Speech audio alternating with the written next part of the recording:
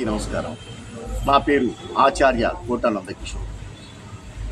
మొన్న వీడియోలో చాలామంది ఫోన్ చేస్తున్నారు, చాలామంది అయితే నా గురించి బాధపడుతున్నారు. అలాంటి బాధ గురించి విషయాలు అయితే నేను చెప్పను. ఎవరినైతే తక్కువ చేసి మాట్లాడలేదు, ఏ గురువుని తిట్టలేదు. ఒక రైతు బిడ్డగా చెప్పాను. తర్వాత నాట్యశాస్త్రాన్ని అనుసరించే చెప్పాను. గురు పరంపరలో వచ్చేది కొన్ని అలాంటివి చేయొద్దు అని చెప్పాను. తర్వాత అసలు ఏముంది నాట్యశాస్త్రంలో ఏముంది, భరతముని అనేది ఏం చేశాడో నేను చెప్తాను. తర్వాత లెంతీ వీడియోలో కూడా చేస్తున్నాం. ఈ నాట్యశాస్త్రంలో 36 అధ్యయనంలో నాట్యోత్పత్తి నుంచి నాట్య వితరణం దాకా నేను ఒక లెంతీ వీడియో చేయాలి. ఆ వీడియోలో చాలా క్లారిటీగా చెప్తాను. భరతముని బ్రహ్మదేవుడిని ప్రార్థించగా బ్రహ్మదేవుడు పంచమ వేదాన్ని సృష్టించాడు. పంచమ వేదం ఎలా సృష్టించబడింది? ఋగ్వేదము, యజుర్వేదము, సామవేదము అన్నారు. ఒక్కొక్క వేదంలో ఒక్కొక్క సారాంశం ఉంది. ఆ సారాంశాన్ని ప్రకారమే ఈ నాట్యశాస్త్రాన్ని పంచమ వేదము అంటారు. ఏ శాస్త్రాన్ని అన్నారు. నేను ఈ నాట్యశాస్త్రంలో నుండి 36 అధ్యయనాల గురించి నేనైతే ఖచ్చితంగా చెప్తాను. నాట్యోత్పత్తి నుంచి నాట్య వితరణం దాకా దాంట్లో ఏముంది అనేది ఖచ్చితంగా మీతో పంచుకుంటాను. ఇక్కడ చాలామంది నాకు తెలుసా అడుగుతున్నారు. మిడిమిడి జ్ఞానంతో అంటున్నారు.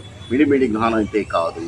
మా గురువులు నాకు నాట్యశాస్త్రాన్ని ఇచ్చినప్పుడు దాన్ని ఖచ్చితంగా పూర్తిగా అభ్యసించి దాన్ని పఠనం చేసి 1కి 100 సార్లు ఇప్పుడు కూడా చెప్తున్నాను. నేను 36 అధ్యయనాలు నాట్యోత్పత్తి నుంచి నాట్య వితరణం దాకా ఈ అధ్యాయంలో ఏముందో కూడా చెప్తాను చక్కగా. నాట్యశాస్త్రాన్ని అనుసరించండి నాట్య గురువులు. అంతేకాని మా గురువు చెప్పారు నేను చేస్తాను అని దయచేసి చెప్పకండి. ఎందుకంటే నాట్య సారాంశంలో నాట్యోత్పత్తిలో ఏముంది అనేది నేనైతే మీతో పంచుకోబోతున్నాను. తర్వాత భరతముని రచించినటువంటి నాట్యశాస్త్రంలో ఇంకొక ముఖ్యంగా చెప్తున్నాను. ప్రదేశాలను బట్టి ప్రాంతాలను బట్టి నాట్యాలుగా పిలువబడుతుంది. భరతనాట్యము, కూచిపూడి, కథకళి, మణిపురి, ఒడిసి ఇలాగా పిలువబడిపోతున్నాయి. అంతేగాని ఆయన రాసింది మాత్రం నాట్యశాస్త్రమే రాశాడు. దయచేసి గమనించుకోవాలి. లెంతీ వీడియో తొందరలో తీయబోతున్నాను. ఆ లెంతీ వీడియోలో ఏముంటుందంటే నాట్యశాస్త్రంలో ఉండి 36 అధ్యయనాలను మీతో పంచుకోబోతున్నాను. గురువులు మరణించాలి. మొన్న తీసిన వీడియోలో చాలామంది అయితే బాధపడుతున్నారు. కించపరుస్తూ నేనైతే వీడియో తీయలేదు, ఎవరిని ఉద్దేశించి వీడియో తీయలేదు, ఎవరిని తిట్టలేదు. నా బాధను వ్యక్తం చేశాను. ఒక రైతు బిడ్డగా వ్యక్తం చేసుకున్నాను. ఒక నాట్యాచార్యుడిగా దగ్గర అకాడమీ పెట్టే 1996 నుంచి 2026 దాకా నిరంతరంగా సాగిస్తున్నాను. 30 సంవత్సరాలు. అర్థం చేసుకోండి. తర్వాత మిడిమిడి జ్ఞానం అయితే కాదు. అర్థం చేసుకోండి. తర్వాత ఇంకొక ప్రస్తావన కూడా ప్రస్తావిస్తాను. హిందూ వివాహంలో 27 రకాల హిందూ వివాహాలు ఉన్నాయి. అవన్నీ చెప్పాలంటే చాలా ఉన్నాయి. స్వయంవరం ఉంది, రాక్షస వివాహం ఉంది, గాంధర్వ వివాహం ఉంది. అవన్నీ తెలుసో లేదో తెలియదు. నేనైతే అనుకూలంగా చెప్పగలను. తర్వాత వధువు చేత బియ్యము ఒడ్లో తన్నిస్తారు అనేసి చాలా పొరపాటు అండి. వధువు నవధాన్యాలతో అంటే ఎక్కడైతే వధువు ఇంటి దగ్గర ఏవైతే పండుతుందో ఆ ధాన్యాలు అంతా తీసుకొని అత్తగారింటికి ఒరుడింటికి వస్తారండి. రాగానే తను దీపం పెడుతుంది దేవుడి దగ్గర. ఇంకా చాలా ఉంది శాస్త్రం. అవన్నీ మళ్ళీ పంచుకుంటాను. ఆచారం వేరే, శాస్త్రం వేరే. దాని గురించి కూడా ఇప్పుడు చెప్తాను. ఆచారం అంటే ఏంటి, శాస్త్రం అంటే ఏంటి. తర్వాత నాట్యశాస్త్రంలో 36 అధ్యయనాల గురించి అనర్గళంగా చెప్పగలను నేను.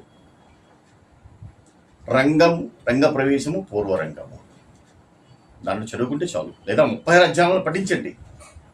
మీకు ఆ నాట్యశాస్త్రంలో నేను చెప్పినది ఎక్కడైనా ఉందా అనేది. తర్వాత ఇంకొకటి చెప్తాను. ఆచారానికి శాస్త్రానికి చాలా తేడా ఉంది. గురువులు గమనించుకోవాలి. ఆచారం గురు పరంపరలో వచ్చేది ఆచారం అంటారు, లేదా తల్లిదండ్రులు ఉండే పూర్వీకుల నుంచి వచ్చేది ఆచారం అంటారు.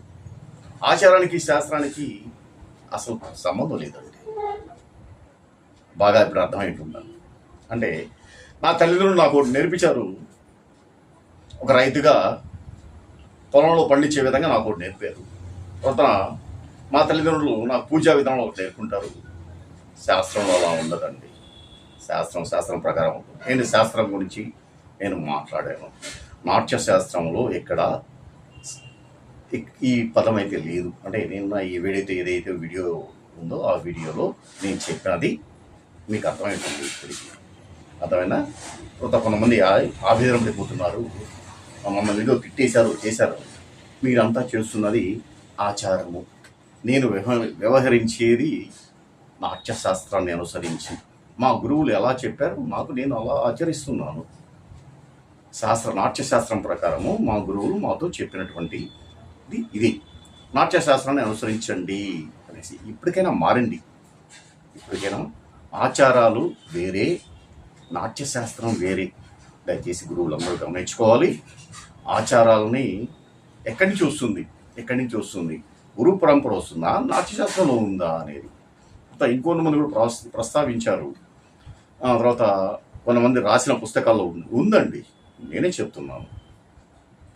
తంజావూరు శరభోజి మహారాజు ఆస్థానంలో ఉన్నటువంటి చిన్నయ్య, పొన్నయ్య, వడివేలు, శివానందం, ఈ ఆస్థానంలో ఉండే 4 కవులు ఈ నాట్యశాస్త్రాన్ని సమకూర్చారు. మనం ఏదైతే చెప్పుకుంటున్నాం 36 అటువంటి అధ్యయనాలు వాళ్ళు సమకూర్చిన నాట్యశాస్త్రాన్ని రచించింది భరతముని, దాన్ని సృష్టించింది బ్రహ్మ. అయితే ఈ శరభోజి మహారాజు ఆస్థానంలో ఉన్నటువంటి ఈ దిగ్గజాలు అంటే ఈ 4 కవుల్ని సమకూర్చారు. ఆ టైంలో ఒడ్ల మీద డాన్స్ చేసేది ఒకటి ఉంది, ఒక ఆచారం. ఇలాగా తర్వాత ఇంకొక ఆచారం ఉంది. ఒక రంగులు పోసి సింహం వేస్తారు, రాజు బొమ్మ వేస్తారు, నటరాజ స్వామి వేస్తారు. అంటే ఏది వేస్తే దాన్ని పేరు. అంటే యాక్చువల్గా కూడా వేస్తారు. యాక్చువల్గా సింహమే వేస్తుంటారు నాకు తెలిసి. అదొక 8 సంవత్సరాల కోర్సు ఉంది. అది తెలుసా? ఇంకా చాలా ఉన్నాయండి, చాలా వ్యవహారాలు ఉన్నాయి. నటరాజ రామకృష్ణ గారు పెరిణీ నాట్యాన్ని చాలా అద్భుతంగా రీసెర్చ్ చేశారు. దాన్ని ఆంధ్ర నాట్యంగా అంటారు. ఇలా చెప్పుకుంటూ పోతే చాలా చరిత్ర ఉంది. మా నెల్లూరు గురించి కోటా సుబ్రహ్మణ్య శాస్త్రి గారు, ఆయన 3 దశాబ్దాలు ఇక్కడ ఎన్నో పాటలు రాసి అతను బాణిలో చేశాడు. నెల్లూరు చరిత్ర గురించి చెప్తే ఇంకా చాలా చాలా ఉంది. అందరూ గమనించుకోవాలి. ఎవరిని కించపరిచితో అయితే నేను వీడియో తీయలేదు. నేను పూర్తి అవగాహనతోనే వీడియో తీశాను. నాకు విడివిడి జ్ఞానం అయితే లేదు. నాట్యశాస్త్రం పట్ల నాకు పూర్తి అవగాహన ఉంది. నేను ఇప్పటికీ ప్రతిరోజు పఠనం చేస్తుంటాను, అభ్యసిస్తుంటాను, చదువుతుంటాను. నాట్యశాస్త్రం 36 అధ్యయనంలో ఏముంది అనేది, అభినయ దర్పణంలో ఏముంది అని కూడా చెప్తాను నేను. తర్వాత ఫుల్ వీడియోలో తీయబోతున్నాను. నాట్యశాస్త్రం 36 అధ్యయనాలు, నాట్యోత్పత్తి నుంచి నాట్య వితరణ దాకా నేను చేస్తాను, మీతో పంచుకుంటాను. దయచేసి ఆచారం చేయకండి. ఆచారాలు కాదు, నాట్యశాస్త్రాన్ని అనుసరించండి. అందరూ మళ్ళీ చెప్తున్నాను, చేతులిచ్చి నమస్కరిస్తున్నాను. ఆ గురువు పరంపర చేయకండి. తెలుసుకోండి ఎక్కడి నుంచి వచ్చింది, ఎక్కడి దాకా వచ్చింది అనేది పూర్తిగా తెలుసుకోండి. నాట్యశాస్త్రాన్ని అభ్యసించండి. ధన్యవాదాలు.